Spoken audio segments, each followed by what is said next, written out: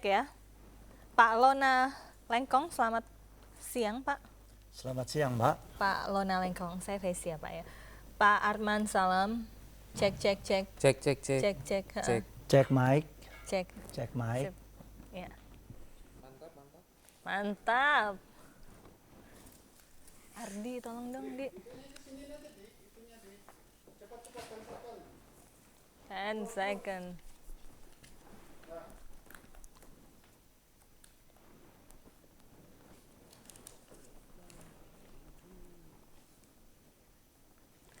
Halo pemirsa, hari ini masyarakat Sulawesi Utara menyambut pesta demokrasi untuk memilih gubernur dan wakil gubernur. Berbagai pelaksanaan tahapan pemilu kada di daerah ini telah terlaksana hingga pelaksanaan pencoblosan pada hari ini.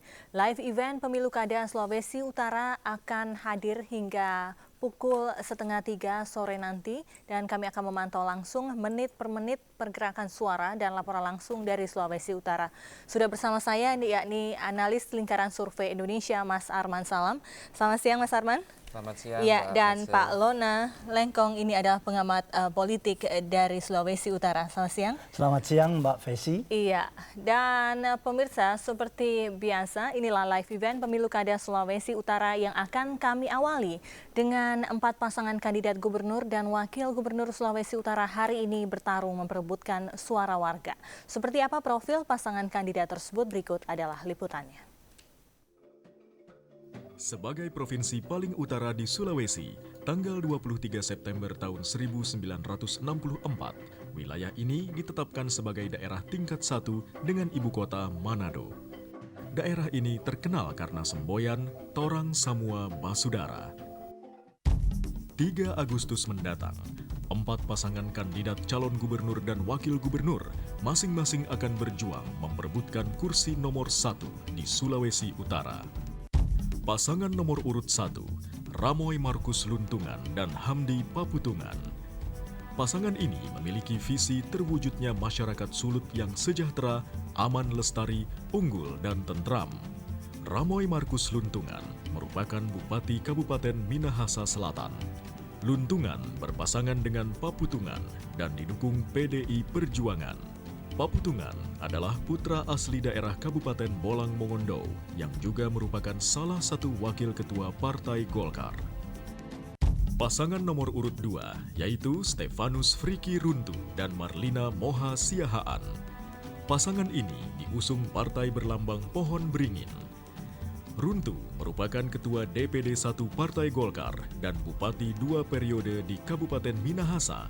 Sementara pasangannya Marlina Moha Siahaan merupakan bupati 2 periode di Kabupaten Bolang Mongondo dan menjabat ketua Partai Golkar DPD 2 di wilayahnya. Pasangan ini memiliki visi membangun masyarakat yang modern, sejahtera, dan berkeadaban. Selanjutnya pasangan nomor urut 3, pasangan Dr. Eli Engelbert Lasut dan Henny Wulur. Pasangan ini diusung 15 partai gabungan. Lasut adalah bupati 2 periode di Kabupaten Kepulauan Talaut, sementara Wulur merupakan pengacara yang berkantor di Jakarta. Visi mereka menuju Sulut yang diberkati mendapat simpati signifikan dari masyarakat Sulawesi Utara. Di nomor urut 4, pasangan Sinyo Hari Sarundayang dan Jauhari Kansil. Sarundayang merupakan gubernur yang dinilai berhasil dalam berbagai program daerah, nasional dan internasional. Kansil juga seorang birokrat Dinas Pendidikan Sulawesi Utara. Pasangan ini menargetkan kelanjutan program yang sudah dicanangkan sebelumnya. Sarundayang Kansil diusung Partai Demokrat dan sejumlah partai gabungan lainnya. 4 kandidat yang ada merupakan putra-putri terbaik Sulawesi Utara. Mereka memiliki visi dan misi yang cemerlang. Namun, semua keputusan tetap berada di tangan rakyat Sulawesi Utara untuk menentukan siapa yang akan terpilih sebagai gubernur dan wakil gubernur periode 2010-2015. Ya pemirsa, live event kali ini akan hadir selama 2 jam. Di setengah jam terakhir kami akan coba mendeklarasikan siapa yang memperoleh suara paling banyak nantinya. Pemirsa, masyarakat Sulawesi Utara telah melaksanakan pemilihan gubernur dan wakil gubernur mereka. Dan untuk mengetahui kondisi terkini pasca pencoblosan di Provinsi Sulawesi Utara, kita telah bergabung dengan Robert Haryanto di Manado. Robert, bagaimana pelaksanaan pencoblosan hingga siang tadi? Ya, Vesi dan juga pemirsa, memang hari ini seluruh masyarakat dari Provinsi Sulawesi Utara akan merayakan pesta demokrasi, di mana hari ini mereka akan memilih calon gubernur dan juga calon wakil gubernur selama untuk 5 tahun ke depan, yaitu periode 2010 sampai dengan 2015. Dan memang ini merupakan acara yang ditunggu-tunggu karena sebanyak lebih dari 1.750.000 DPT atau daftar pemilih tetap telah akan bersedia untuk memberikan suaranya di 4.500 lebih dari TPS yang disediakan. Dan memang dari tempat TPS-TPS yang kami kunjungi, mereka pada awalnya membuka TPS dengan doa bersama secara Nasrani. Karena memang 70% mayoritas dari masyarakat Manado merupakan penganut agama Kristen dan juga Katolik. Setelah itu mereka mengambil sumpah oleh KPPS, yaitu kelompok penyelenggara pemungutan suara, di mana ini merupakan warga sekitar dalam kelurahan yang sama. Dan memang bermacam-macam bentuk TPS yang ada di Kota Manado ini, seperti di TPS 3 Kelurahan Mahakeret Barat, di mana di sini mereka TPS berada di salah satu sekolah menengah kejuruan. Di sini terdapat sekitar 469 DPT, dan para DPT yang sudah datang, sudah mendaftarkan, mereka harus menunggu di halaman sekolah dan kemudian dapat memberikan suaranya ketika dipanggil masuk ke dalam ruang kelas. Dan juga ada di TPS lain, yaitu di TPS 2 Kelurahan Wenang Selatan, di mana ini adalah TPS ini berada di jalan protokol, yaitu berada di Jalan Sam Ratulangi, sehingga tidak ada tempat untuk mendirikan tenda secara khusus bagi TPS ini. Namun mereka memanfaatkan lahan parkir dari sebuah gedung multiguna di daerah Sam Ratulangi tersebut. Kemudian dari pemilu kada ini dan juga pemilihan presiden pada tahun 2009 tidak ada hal yang berbeda. Mereka tetap melaksanakannya dengan mendaftar, yaitu juga dengan mendapatkan tanda sudah memilih dengan mencobloskan tangannya ke dalam tinta. Namun yang berbeda adalah dalam pemilu ini mereka menggunakan metode pencoblosan dan bukan pencontrengan seperti pemilu presiden dan juga wakil presiden pada 2009 lalu. Dan karena metode ini diyakini oleh KPUD setempat dapat lebih mengurangi potensi dari kecurangan oleh pihak-pihak tertentu. Dan juga ini dapat mengurangi potensi dari komplain atau aduan surat suara yang rusak di kemudian harinya. Dan memang acara pemilihan kepala daerah di Provinsi Sulawesi Utara tidak hanya diadakan di Manado saja, namun juga di 6 daerah yang berbeda, di mana mereka juga akan memilih selain memilih calon gubernur dan juga wakil gubernur dari Sulawesi Utara, mereka akan memilih wali kota Manado, wali kota Tomohon, itu bupati dari Minahasa Utara, bupati dari Minahasa Selatan, dan juga Bolang Mongondo Selatan dan juga Bolang Mongondo Timur. Dan untuk mengantisipasi acara pemilihan hari ini, mereka aparat sudah mengerahkan sekitar 6.900 personilnya untuk menjaga-jaga. Dan memang karena hari ini merupakan hari libur bagi warga di sekitar Provinsi Sulawesi Utara, maka kami sedang melihat jalan-jalan di Sulawesi Utara, dan jalanan di sini tampak lengang, tidak ada aktivitas warga yang begitu berarti. Dan ini adalah merupakan salah satu jalanan tempat keramaian, yaitu Taman Persatuan Bangsa. Di sini adalah taman di mana banyak sekali toko-toko yang menjadi pusat perdagangan dan pusat keramaian pada hari biasa.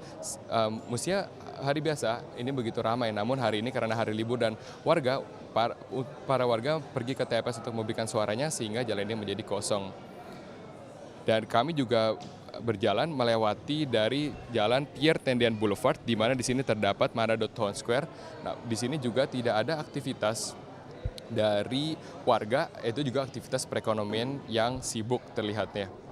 Dan memang bagi pegawai negeri sipil hari ini merupakan hari libur, namun tidak bagi perbankan dan juga bagi perusahaan swasta, karena mereka untuk perbankan mereka tetap buka, namun mereka buka lebih siang, dan juga bagi perusahaan swasta memang mereka akan buka setengah hari, yaitu tepat buka setelah pemilihan suara dilangsungkan, yaitu pada jam 12 siang waktu Indonesia bagian tengah. Ya, Vesi. Ya, lalu Robert, apa saja yang dilakukan oleh keempat kandidat dalam menjalankan hak pilihnya hari ini?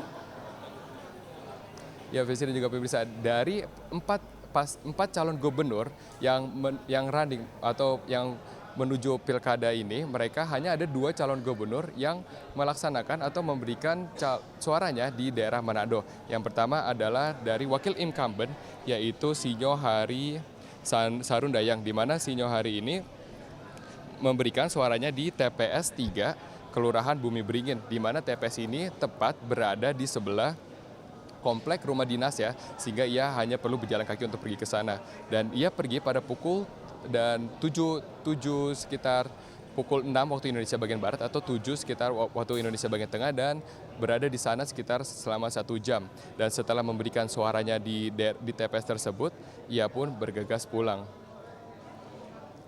Dan ada calon gubernur lain yaitu wakil dari Partai Gabungan yaitu Eli Engelbert Lasut, di mana ini merupakan hal yang unik karena ia memberikan suaranya di rumah tahanan Malendeng.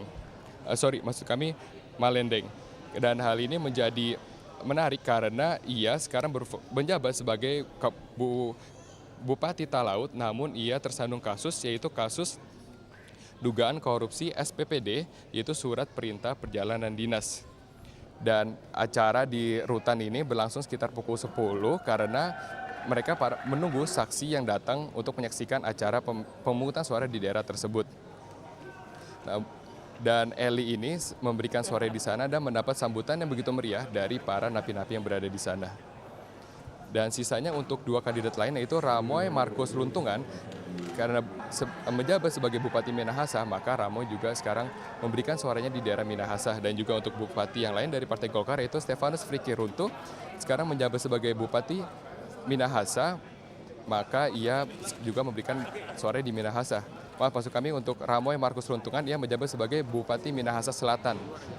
Jadi ia memberikan suaranya di Minahasa Selatan. Ya, Vesi. Baik, terima kasih Robert Haryanto melaporkan langsung dari Manado, Sulawesi Utara. Pemirsa, tetaplah bersama kami. Live event Pemilu Kada Sulawesi Utara akan kembali sesaat lagi.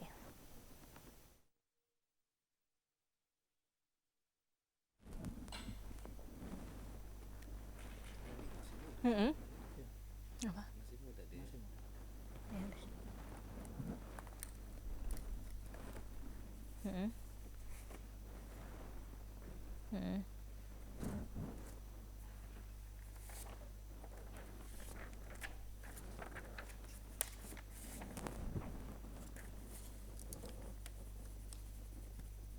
Ini VO.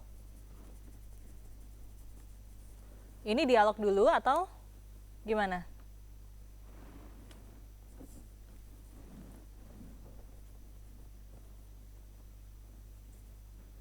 Oke. Mas Arman nanti menjelaskan bagaimana pelaksanaan quick count kali ini begitu, dan kapan bisa diumumkan sampai hasil berapa begitu.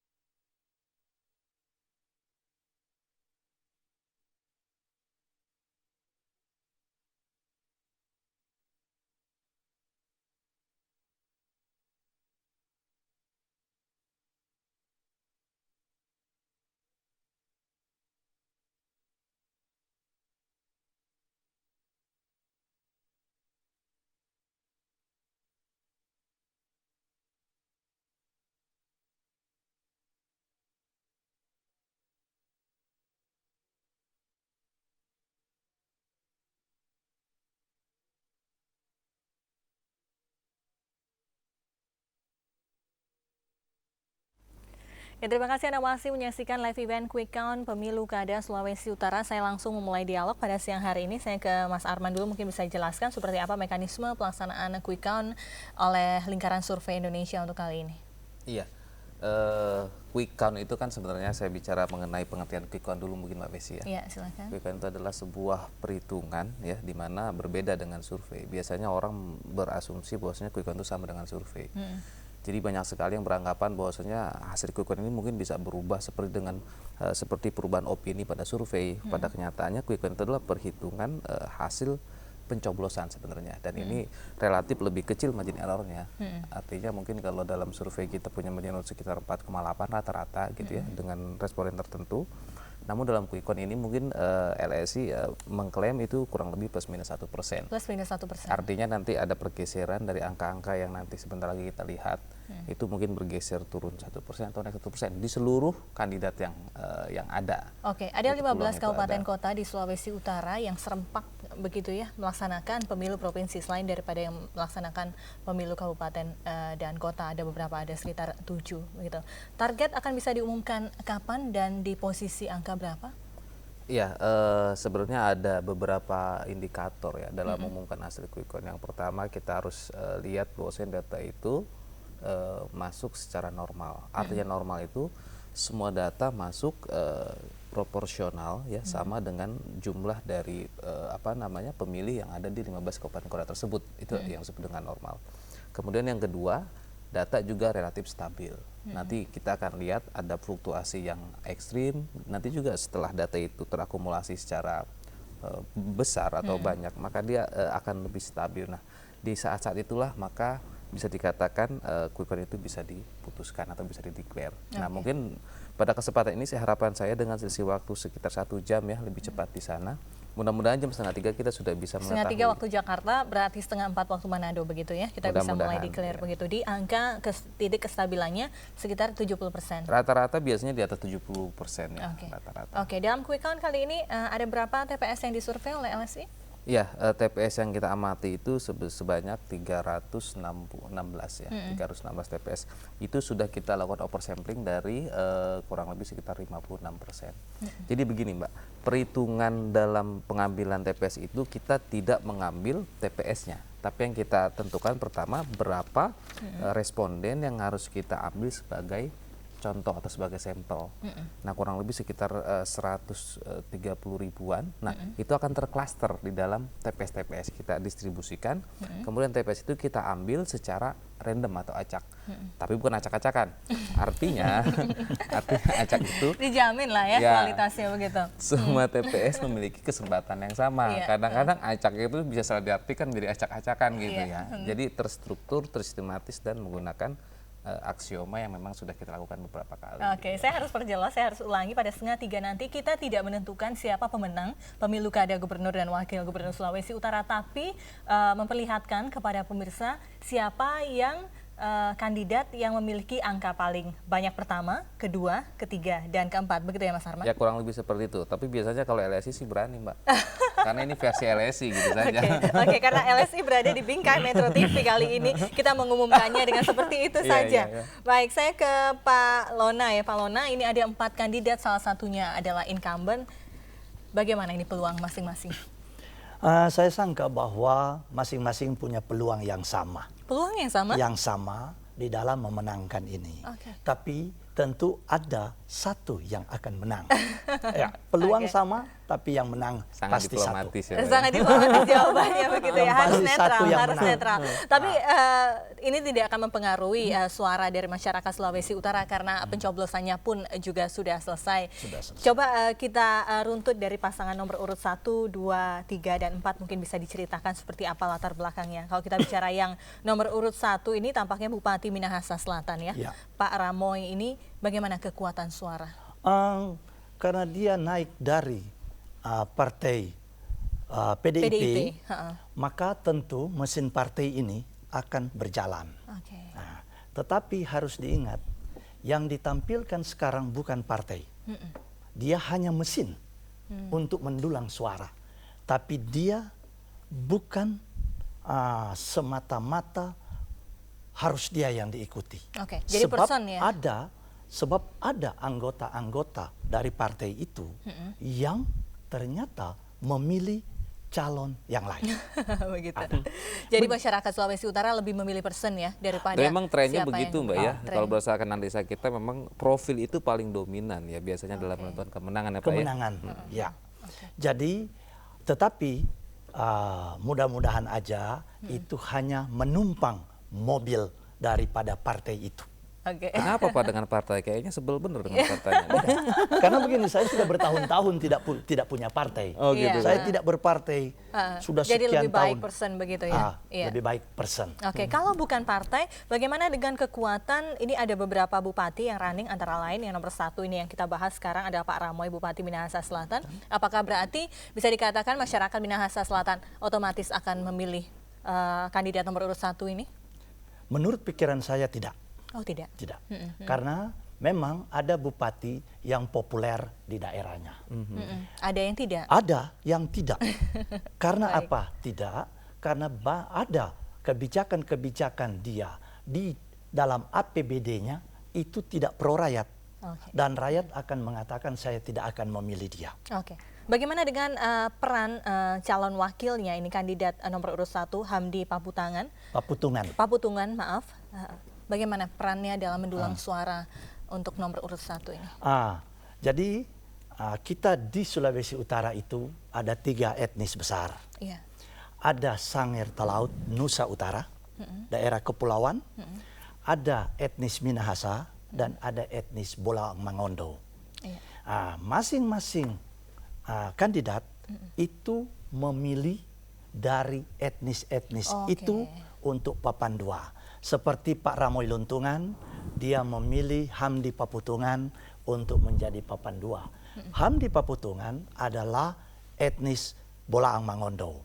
Jadi otomatis bahwa dia tentu akan berpikir bahwa dengan memilih Hamdi Paputungan papan 2, dia akan mendulang suara dari etnis Bolaang Mangondo itu. Demikian juga untuk Frei Keruntu. Itu dia mengambil papan 2-nya adalah Nyonya Moha Siahaan. Dia adalah orang Bolaang Mangondo. Orang Bolaang Mangondo. Jadi dengan pemikiran tentunya bisa mendulang suara dari Bolaang Mangondo itu. Otomatis begitu. Juga untuk Pak Sarundayang. Beliau itu memilih Johari Kansil, etnis Nusa Utara dari Sangir Talaut. Jadi itu menguatkan begitu ya? Itu menguatkan. Sedangkan untuk Pak Eli Lasut, dia adalah bupati di Nusa Utara, dalam hal ini Kabupaten Talaut, tapi dia orang Minahasa, etnis Minahasa. Papan 2-nya juga etnis Minahasa. Tetapi ingat, Minahasa itu punya 7 sub etnis. Jadi kalau Pak Eli dari etnis Tomohon, sedangkan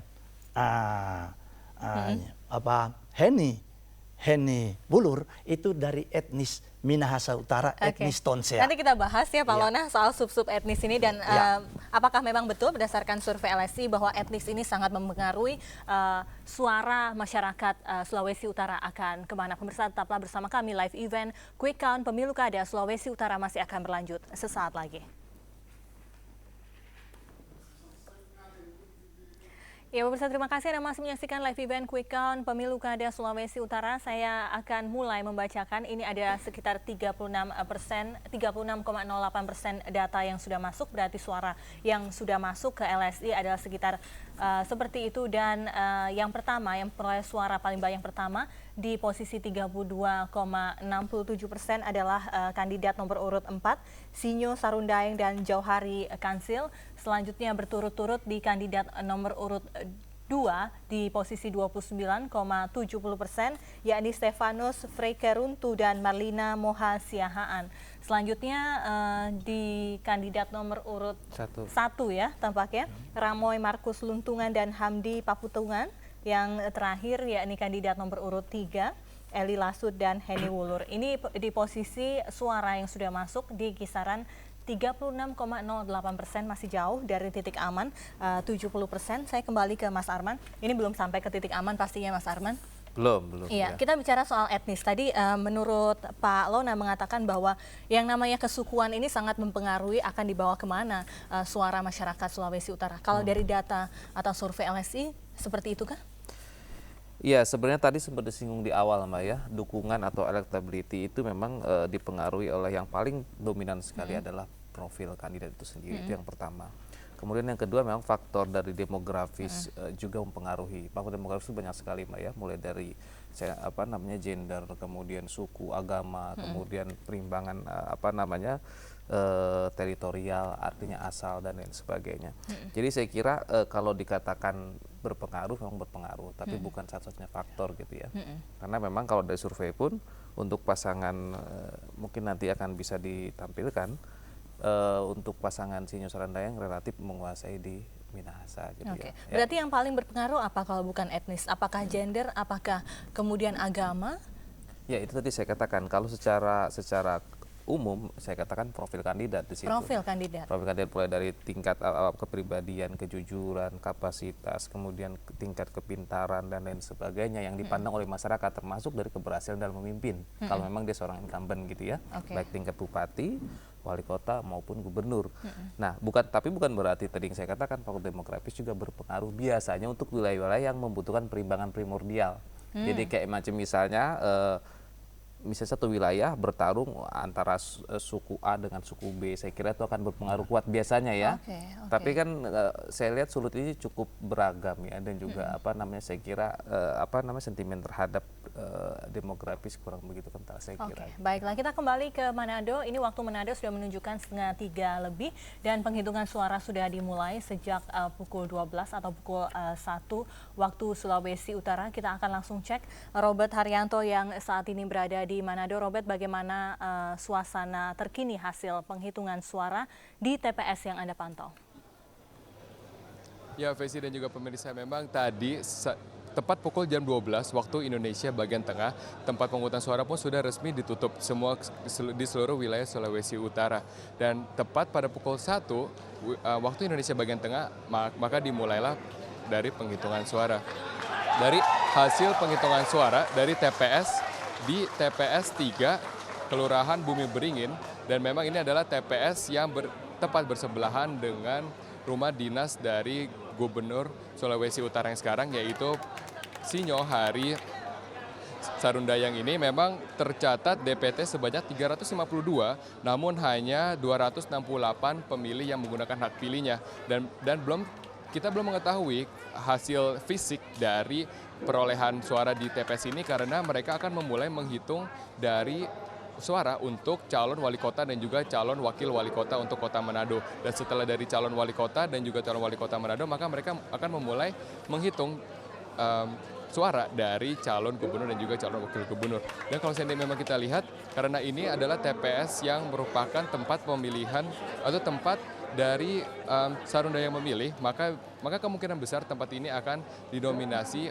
suara untuk Sarundayang. Dan memang Sarundayang ini dalam 5 tahun terakhir memang mendapat apresiasi baik dalam dunia nasional maupun internasional karena ia dianggap berhasil dalam mempromosikan Sulawesi Utara ke dunia internasional dan juga nasional. Di antaranya ada acara Sel Bunaken dan juga World Ocean Conference yang bertempat di Manado. Selain itu juga dalam hal pemerintahan, Sarundayang mendapatkan opini wajar tanpa pengecualian, yaitu penghargaan karena berhasil menyusun dan menyajikan laporan keuangan dengan capaian standar tertinggi. Dan tentu saja hal ini membuat ekspektasi warga masyarakat Manado yaitu agar pemimpin yang baru dapat melebihi dari pencapaian ini pun bergulir. Mereka menginginkan pemimpin yang tegas, jujur, dan juga bebas dari korupsi.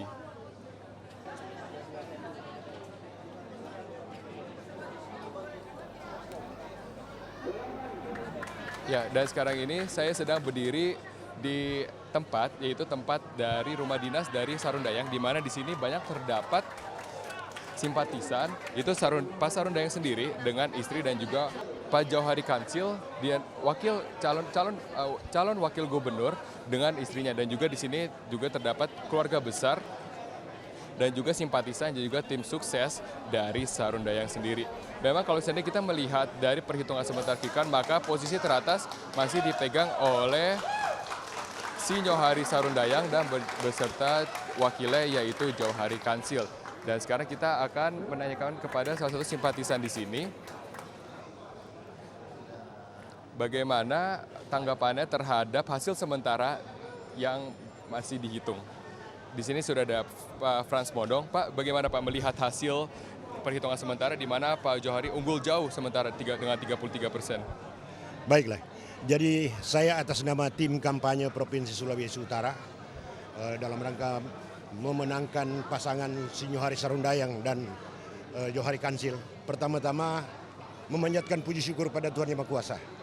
Karena berkat lindungannya kepada kita sekalian, sehingga kita bisa melaksanakan pemilihan kepala daerah di Sulawesi Utara ini dalam keadaan lancar. Yang kedua, saya mengucapkan terima kasih banyak kepada seluruh masyarakat Sulawesi Utara. Meskipun baru sebagian kecil yang masuk hasil suaranya, tapi sudah bisa menggambarkan bahwa pada umumnya masyarakat Sulawesi Utara masih mencintai Bapak Sinyohari Sarundayang bersama Johari Kansil. Sebenarnya melihat hasil sekarang Pak quick count itu, apakah ekspektasi ini bisa dikatakan bahwa Pak Hari akan menang nantinya? Kalau kita lihat bahwa hasil yang masuk itu belum masuk kepada wilayah-wilayah basis kita, yaitu Kota Manado, Minahasa Utara, dan Bitung bersama Nusa Utara. Jadi kalau itu masuk semua, saya punya prediksi di atas 42%. Ya. Berarti suara yang sudah masuk sekarang belum termasuk dari basis Pak Sinyohari sendiri ya? Oke, begitu. Ya, versi itulah tanggapan dari salah satu anggota tim kampanye bahwa memang hasil ini mereka merasa yakin akan menang karena memang hasil ini di luar dari basis mereka, dan apalagi kalau ditambah dengan suara dari basis mereka itu di Kota Manado. Kembali ke Anda, Vesi. Baik, terima kasih Robert Haryanto melaporkan langsung dari Manado, Sulawesi Utara. Saya langsung kembali ke Pak Lona. Pak Lona, kalau kita bicara soal jumlah DPT pemilih tetap untuk pemilu kada Sulawesi Utara tahun ini adalah sekitar 1,7 di posisi 1,7 juta ya Pak ya. Ini cukup rendah dibandingin populasi di Jawa gitu. Nah, dan 3 daerah yang paling banyak penduduknya adalah Manado, kemudian Minahasa, dan Bolaang Mongondo. Ya. Apakah itu mempengaruhi kemudian suara para kandidat untuk memenangkan pemilu kada ini? Pertama dulu saya ingin menjelaskan jawaban saya yang tadi. Meskipun itu didasarkan pada etnis, tetapi yang dipilih oleh masyarakat adalah mereka yang berkualitas dan mereka yang terpercaya. Jadi itu, profil tidak melupakan track record begitu ya? Track record Sulawesi Utara. mereka itu sangat berpengaruh kepada para pemilih konstituen. Karena apa? Begitulah latar belakang pendidikan yang ada di Sulawesi Utara, nomor 2 sesudah DKI. Itu. Okay. Bagus Pak, kalau begitu. Jadi Pak, mereka sangat tahu, iya, sangat pintar memilih mana yang terbaik. Iya Pak, pertanyaan saya nanti saya dijawab karena harus break lagi. Berikut. Ini iklan adalah nomor 1. Ya. Tetaplah bersama kami. Live event Quick Count Sulawesi Utara Pemilu Kada Sulawesi Utara masih akan berlanjut sesaat lagi.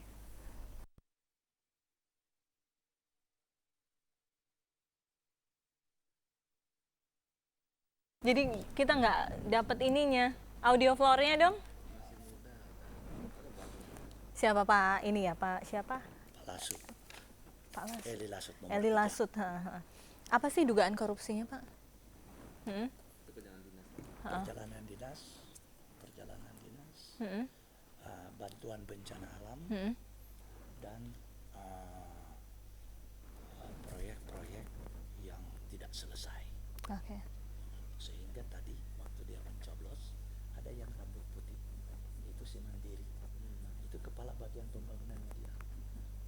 Dia apa namanya, grafiknya tolong dipasin dong, Dwi, prompternya. Oke.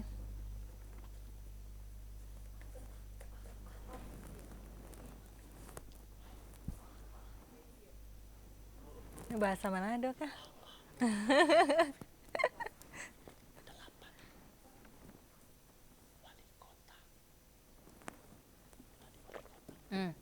Wali kota mana Pak? Nah, maksudnya tingkat 2 itu 9. Oh, yuk Pak.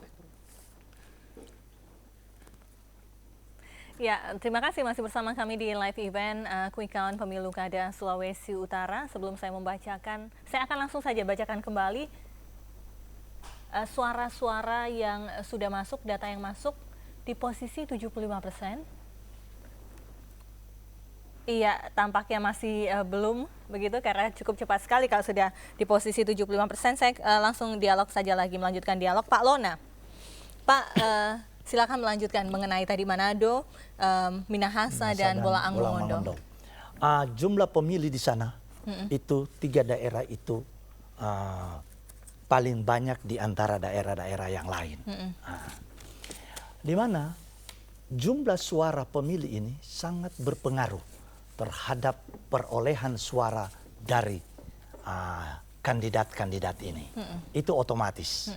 Sebab kalau kita bandingkan dengan Bola Mongondo Timur yang hanya 47.000 suara DPT pemilih, maka dibandingkan dengan Manado yang 330.000, itu kan kecil. Oleh karena itu, oleh para kandidat itu berusaha dan berupaya bagaimana merebut daerah yang banyak suara itu. Oke, berarti kalau sudah menang di 3 daerah itu akan otomatis menjadi pemilik suara terbanyak dalam pemilu kada kali ini, Mas Arman? Iya, kalau berdasarkan perhitungan matematis iya.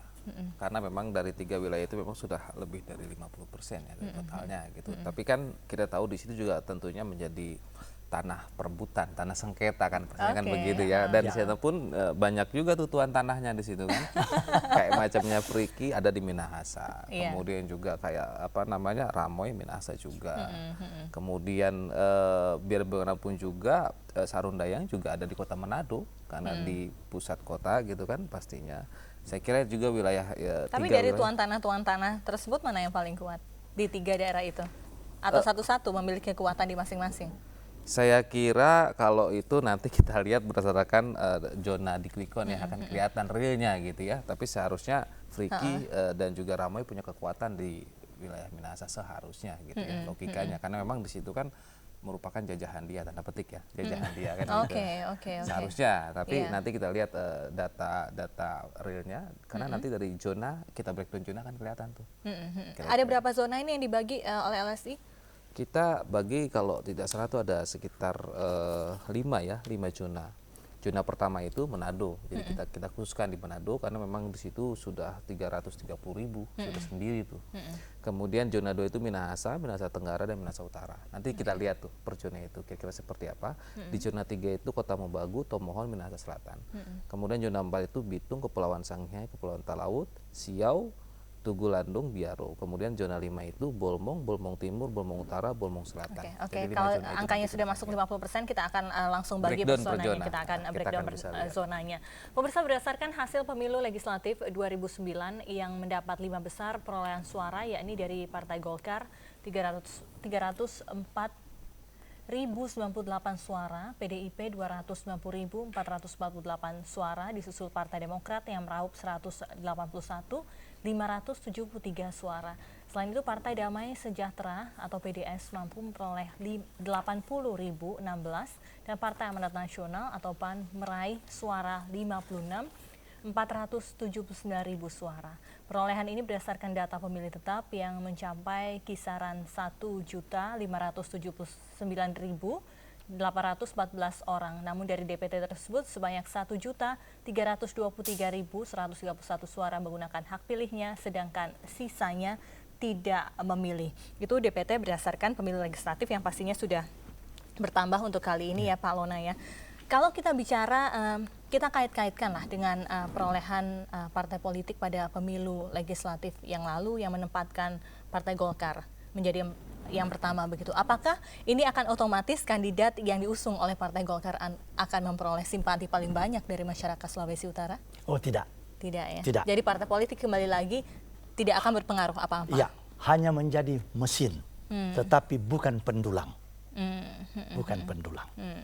Karena person, figur yang diutamakan oleh para pemilih. Kenapa begitu Pak? Ya? Kenapa? Karena apa? Bahwa kalau dia itu saudara saya, si calon. Kalau dia teman saya, mungkin partai berbeda, tapi saya akan memilih dia. Oh, jadi karena pertemanan begitu? Pertemanan, berarti, saudara, sebab kita kembali lagi ke budaya, filosofi orang Minahasa, khususnya Minahasa. Apa itu filosofinya? Dari dulu, sejak pemerintahan Belanda, menjadi kepala desa di tanah Minahasa harus dipilih secara langsung oleh rakyat. Yang mereka pilih adalah pertama, karena dia banyak saudara, banyak famili di desa itu. Yeah. Kedua, baru dilihat bahwa dia ya ada duit, agar supaya yang dipilih bukan orang yang akan memeras rakyat. Jadi sudah bukan rasional lagi Pak ya? Jadi emosional.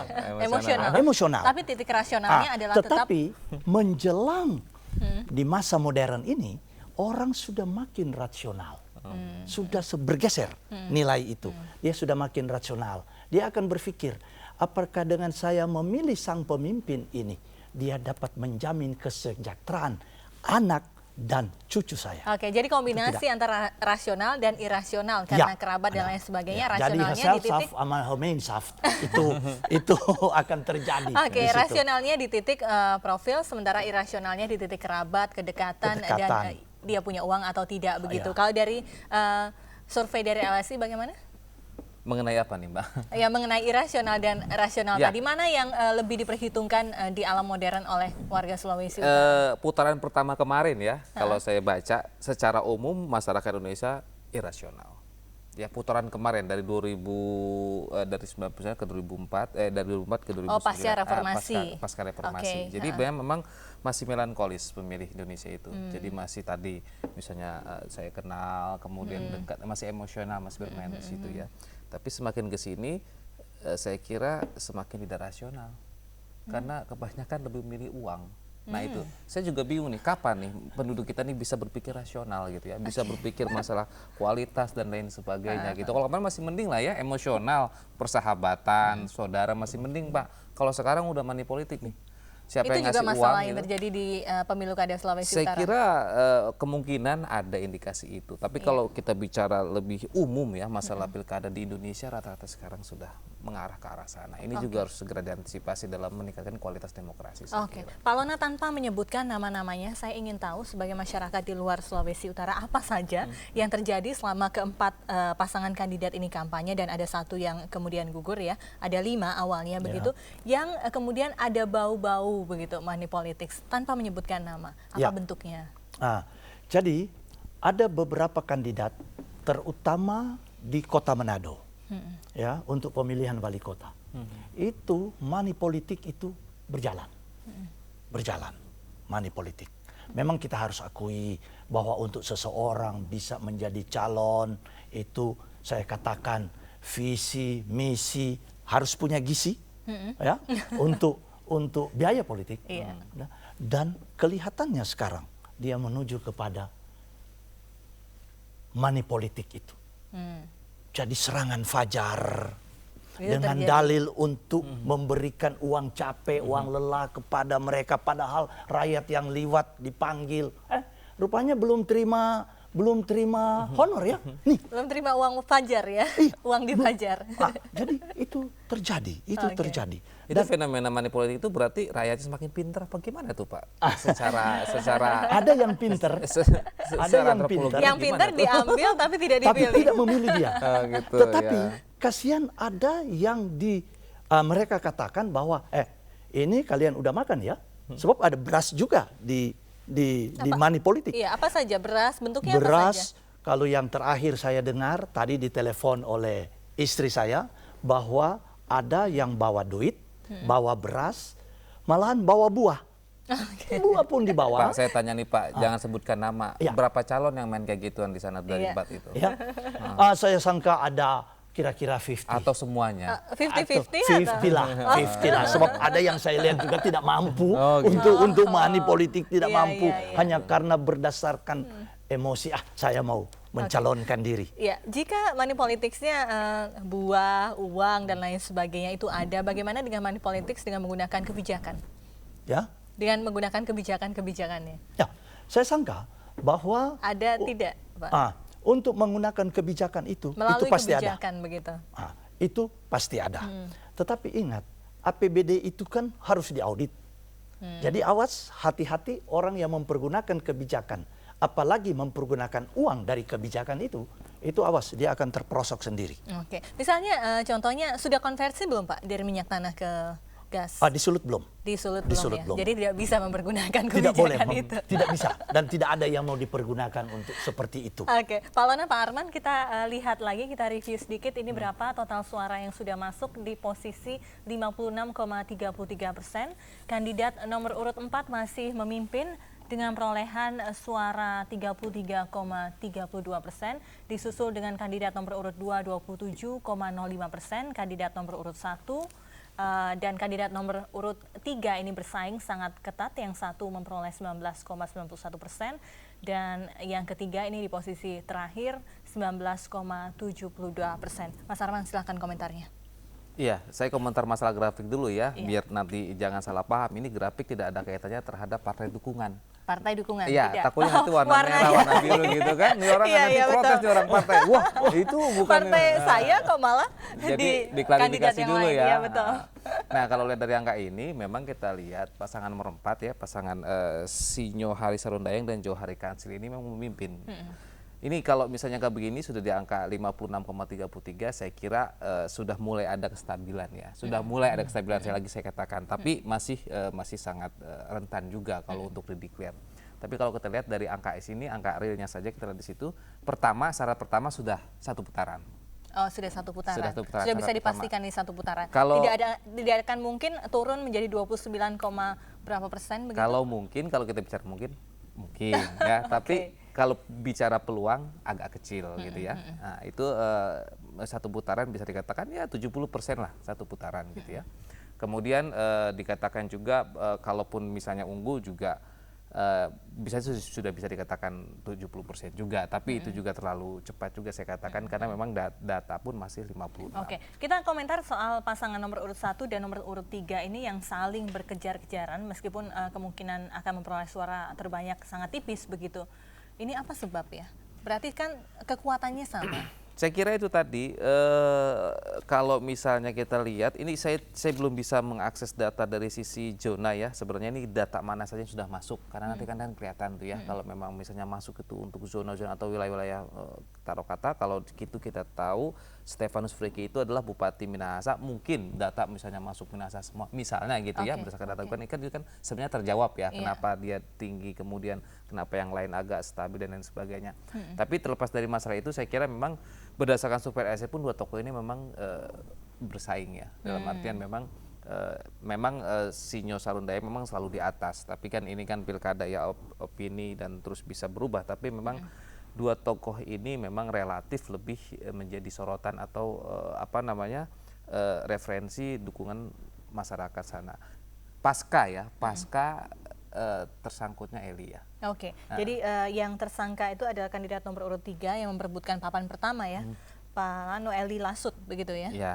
Jadi pasca kemudian ditetapkan sebagai tersangka menjadi turun? Iya, karena kita kan survei terus ya, kita terus rutin kita lakukan survei dan treatment untuk ya LSI kan ada juga yang ada kedekatan lah dengan calon di sana, tapi memang kita lihat terus pemetaan angka-angkanya memang setelah ada kasus itu. Dua tokoh ini relatif dominan ya, relatif unggul gitu. Kita mulai bicara per zona ini. Silakan Mas Arman kembali menjelaskan. Zona pertama dulu, Manado ya, Anda katakan tadi tunggal, Manado saja. Ya, kita lihat zona 1 itu terdiri dari kota Manado saja. Di situ memang paling banyak ada 330.000 ya pemilih. Nah kita lihat di situ Pak Sarundayang relatif paling unggul dengan 44%. Cepat sekali ya. Kemudian di zona 2 ini saya katakan Minahasa, Minahasa Tengah, Minahasa Utara itu 64%. Relatif sudah masuk besar sekali di sana. Tapi memang walaupun di situ tanahnya pasangan nomor 2, tapi di situ pasangan nomor 4 pun juga relatif lebih unggul. Tapi di bawah 30% ya keunggulannya. Ya betul, tapi itu termasuk ini ya prestasi ya untuk SHS saya kira ya, karena memang dia bukan merupakan raja kecil di sana, kan seharusnya itu dikuasai oleh pasangan nomor 2 oleh Vicky ya, seharusnya gitu ya logikanya. Baik, lalu selanjutnya ke zona ketiga. Nah di sini zona 3 mau bagu Tomohon Minahasa Selatan. Nah ini Minsal juga saya kira ini masuknya ke dalam kekuasaan SVR juga ya di situ. Iya, Friki, justru yang nomor 2 ya, yang nomor unggul. 2. Yang seharusnya itu dikuasai oleh pasangan nomor 1 karena di situ raja kecilnya adalah Ramoy ya sebagai Bupati Minahasa Selatan. Nah di situ kita lihat bahwasanya untuk zona 4 ini relatif dikuasai oleh zona 3. Ini zona 3. Sekarang zona 4 ini tampaknya ya. Iya betul, zona 4. Ya, zona 4 ini juga dominan dikuasai oleh pasangan nomor 4, Bitung, Kepulauan Sangihe, Kepulauan Talaut, dan Sitaro. Saya tidak tahu persis kedekatan emosional demografisnya, nanti mungkin Pak Lona bisa jelaskan kenapa di Bitung, Sangihe, dan Talaut itu pasangan nomor 4 itu bisa relatif unggul. Kayaknya seharusnya itu Talaut itu kan milik dari pasangan nomor ini ya nomor 1 ya. Mestinya nomor 3. Nomor 3 ya, ya Nomor Eli. tiga, Eli. ya. Ya, oke. Mungkin itu karena pengaruh itu tadi saya katakan ya, ada kasus untuk pasangan nomor 3 sehingga lebih relatif lari ke pasangan nomor 4. Oke, hanya 4 zona saja? Iya. Ada Atau lagi satu selanjutnya zona kelima ya? ya, zona kelima. Ini data yang sudah masuk 64,58%, Bolaang Mongondo juga. Ya, di sini Dolangan Mongondo itu di zona 5 itu dari Bolmong, Bolmong Timur, Bolmong Utara, Bolmong Selatan.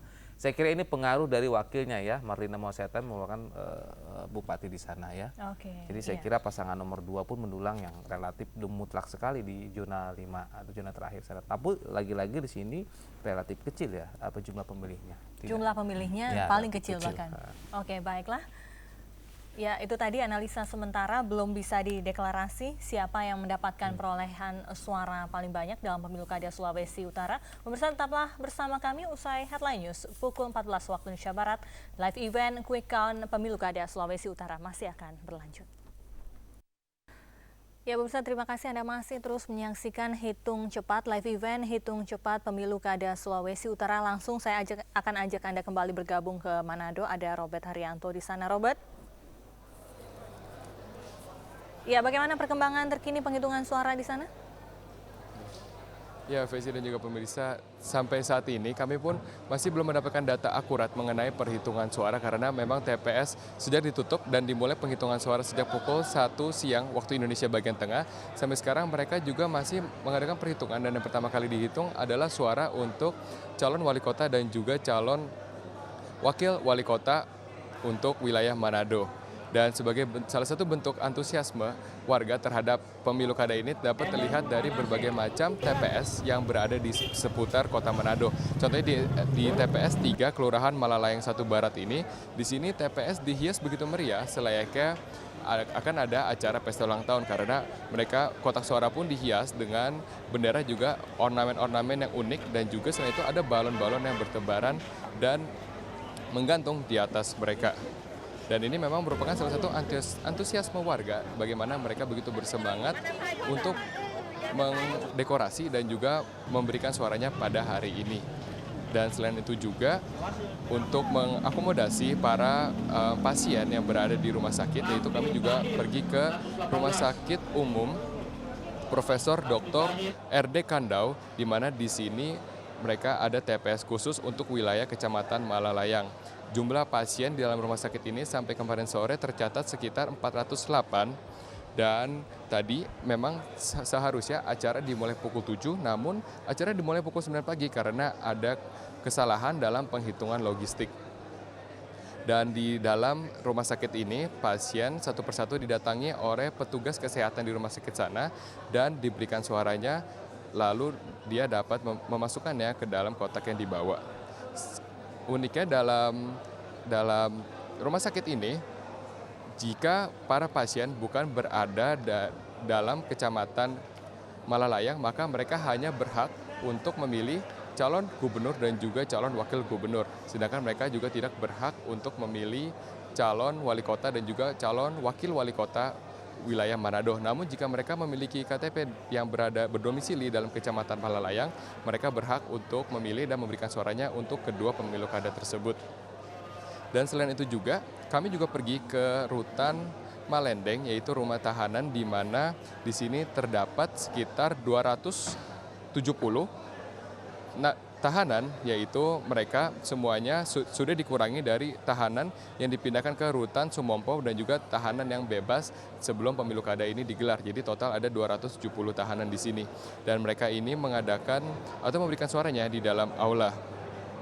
Namun acara di sini pun juga telat sampai pukul 10 siang karena mereka harus menunggu para saksi, baik dari saksi calon-calon anggota lainnya atau calon dari wakil gubernur atau wali kota dari wilayah Manado ini. Dan di dalam TPS ini mereka dapat berasal dari berbagai macam wilayah di Sulawesi Utara ataupun di daerah lainnya. Namun mereka diberi hak untuk dapat memilih dan memberikan suaranya dalam calon gubernur dan juga wakil gubernur dan juga calon wakil kota dan juga wakil wali kota dari kota wilayah Manado ini. Dan memang di dalam rutan ini penjagaan cukup ketat dan setiap orang yang masuk harus meninggalkan ID dan juga alat komunikasi sehingga mereka juga memberikan screening yang cukup ketat di sini. Dan di dalam rutan ini juga terdapat calon wakil gubernur yang maju dalam pemilu kada ini, yaitu Eli Engelbert Lasut, di mana di sini dia ditahan sebagai tersangka dalam kasus dugaan korupsi SPPD, yaitu surat perintah perjalanan dinas fiktif. Dan memang ini dia ditetapkan menjadi tersangka sekitar Juli lalu, yaitu tepatnya pada tanggal 20 Juli, dan pada tanggal 20 Juli itu adalah masa kampanye dari pemilu kada di wilayah Sulawesi Utara ini, di mana masa kampanye itu dapat dari 16 sampai dengan 30 Juli.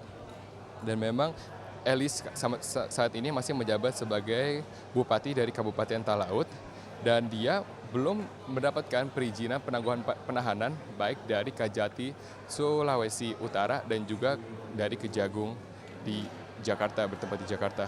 Dan memang Eli ini menjadi tersangka dalam dugaan korupsi ini yang merugikan total senilai 9,8 miliar, namun kerugian negara sebesar 7,7 miliar.